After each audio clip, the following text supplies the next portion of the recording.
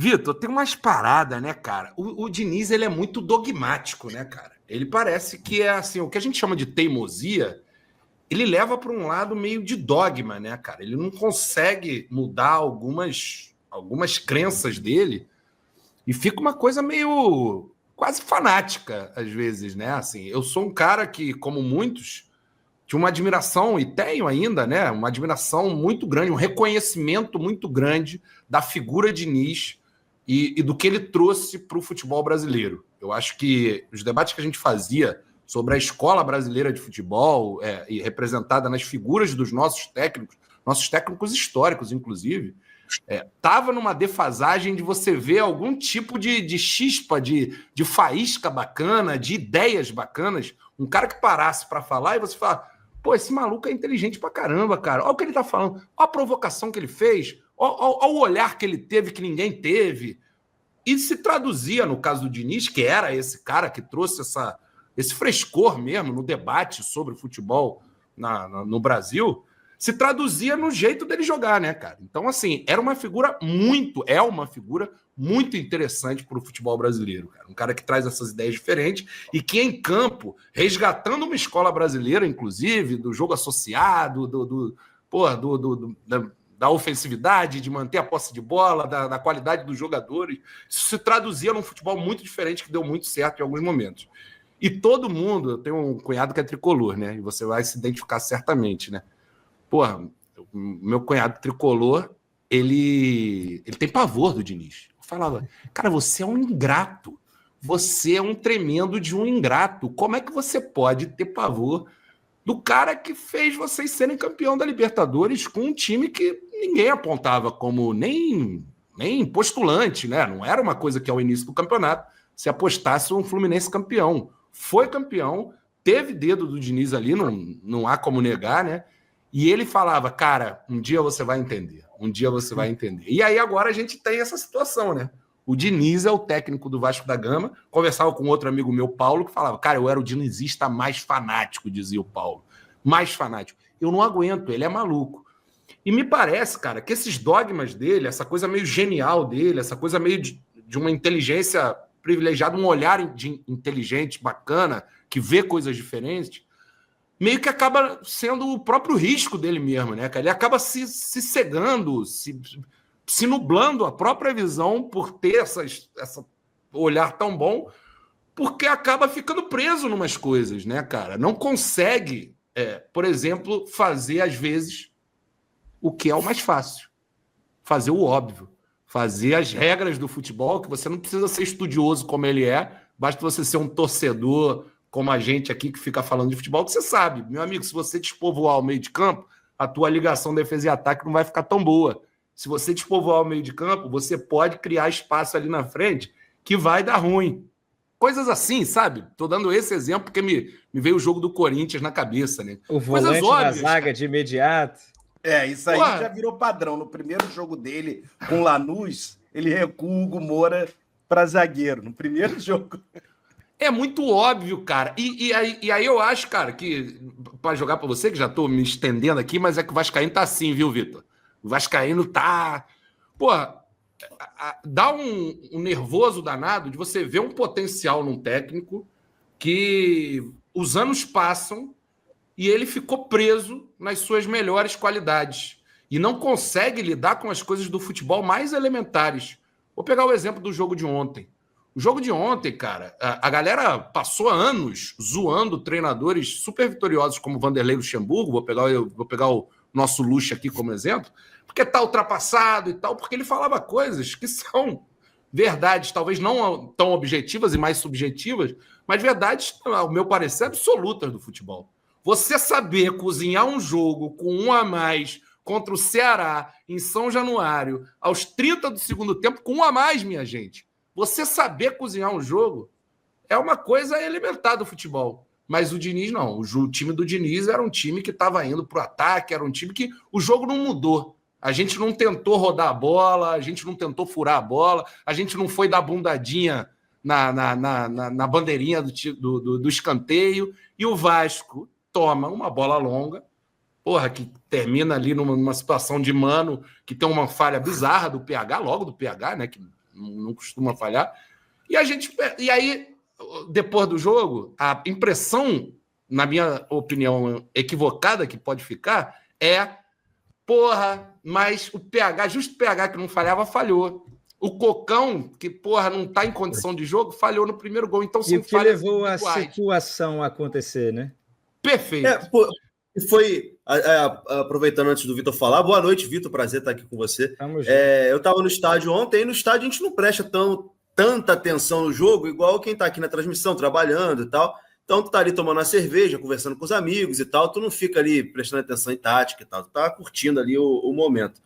E aí, a minha sensação quando acaba o jogo, e eu abro aqui as redes sociais, vejo os vídeos, tá todo mundo puto da vida com o Diniz, e falei, caralho, mano, 2 falhas individuais, o Cocão entrega um gol, o PH entrega o gol no último lance ali, que, PH podia ter chutado para escanteio, chutado para lateral, qualquer enfada a bola, a gente ia ganhar o jogo, 2-1. Aí eu fiquei, mano, por que tá todo mundo puto com o Diniz, sendo que foram 2 falhas individuais ali? Eu não vi culpa do Diniz, assim. Aí depois eu fui vendo a galera falando e tal, mas a minha sensação quando acaba o jogo ali, eu não tava entendendo porque tava todo mundo puto da vida com o Diniz. Porque foi um lance ali do PH que se ele chuta para fora ali, acaba o jogo e talvez ninguém ia estar falando de Diniz, da forma como o Vasco jogou e nada, ganhamos o jogo 2-1. Então eu queria até escutar de vocês mais um pouquinho sobre isso, dessa bronca toda que tá todo mundo com o Diniz depois do empate de ontem. Eu acho razoável, né? E botar também assim, uma parte na conta dele também. A culpa é sempre distribuída, né? É muita gente ali para tomar qualquer decisão dentro de campo e gerar um efeito borboleta ali bizarro. Mas sobre o Diniz, assim, acho que até conceitualmente você citou os seus amigo, cunhado, tricolor. Muita gente pulou do barco. E talvez, eu acho que vocês nem chegaram no estágio ainda de estar agarrado ali ao mais para ele. Tá, mas ninguém está dentro do barco ainda, mas muitos tricolores pularam do barco, Diniz, né, de defensor incondicional para, cara, valeu, obrigado, serviços prestados, mas não quero tão cedo que volte, porque 2024 foi muito traumático. E não porque a gente criou uma expectativa enorme, não... É que a gente viu os problemas acontecendo e ele estava em fase de negação, que era não fazer mudanças. O jogo que ele foi demitido, que é um Fla-Flu, que termina 1-0 até por milagre, foi até um pênalti duvidoso lá. Ele escalou um meio-campo com o Gabriel Pires, que estava numa condição física totalmente deplorável. Renato Augusto, que jogava de calça jeans até se aposentar, jogou para caraca a carreira inteira, mas naquele momento. Paulo Henrique Ganso também, que já estava naquele 2000. Então, cara, o que é isso, cara? Né? E depois de vir numa sequência horrível de resultados, ele não mudava, assim, não admitia que poderia, de fato, jogar de outra maneira. Aí, por coincidência, assisti hoje a uma frase do Mourinho, tudo aqui no campo do conceitual, tá? Não tem certo, não tem errado, é debate de ideias, mas a frase do Mourinho era, cara, se você morre com as suas ideias, me desculpe, mas você é burro.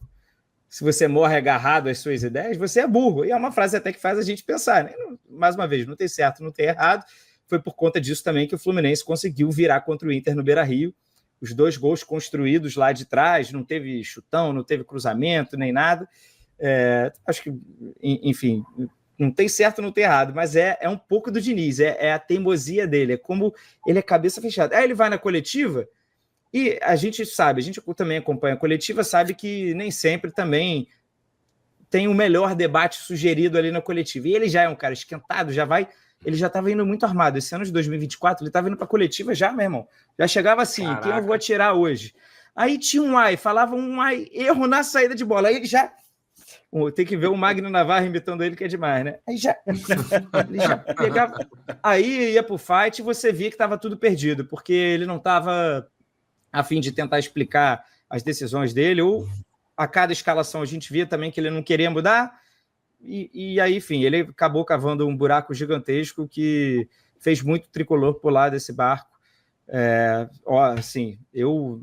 amei o período, principalmente 2022 e 2023, o futebol praticado foi lindo, conseguiu finalmente traduzir isso em títulos relevantes, teve um carioca ali, mas como foi 4-1 de virada em cima do Flamengo também, foi muito impactante, foi muito importante. Durante uma boa parte ali desses 2 anos, o Fluminense jogou um futebol muito maneiro, mas aí depois veio tudo e ele não consegue, né? E aí ele agora não conseguiu. Cruzeiro também dele foi, pelo amor de Deus. Ele talvez não deveria nem ter aceito, né? Porque foi logo depois da janela, veio uma enorme pressão. E aí, quem são os jogadores? Aí ele só ficou porque ele deu aquela cartada na coletiva final. Estão dizendo por aí que o Pedrinho vai te demitir. Se ele me demitir, ele é um cagão. É um sem palavra. Era o Alexandre Matos, até que vocês conhecem aquela bem coletiva também. foi constrangedora, né? Para ele, como profissional. Estou sabendo que eu estou sendo demitido pela imprensa, que absurdo. E ele ficou por causa disso. Mesmo, né? Estava certo. Mas o ruim é ele continuar no local, né? Pô. Já estava certo que no primeira derrapada, no ano seguinte, ele ia ser mandado embora. Então, ele ainda está tentando se encontrar depois desse trabalho do Fluminense. Tá difícil para ele.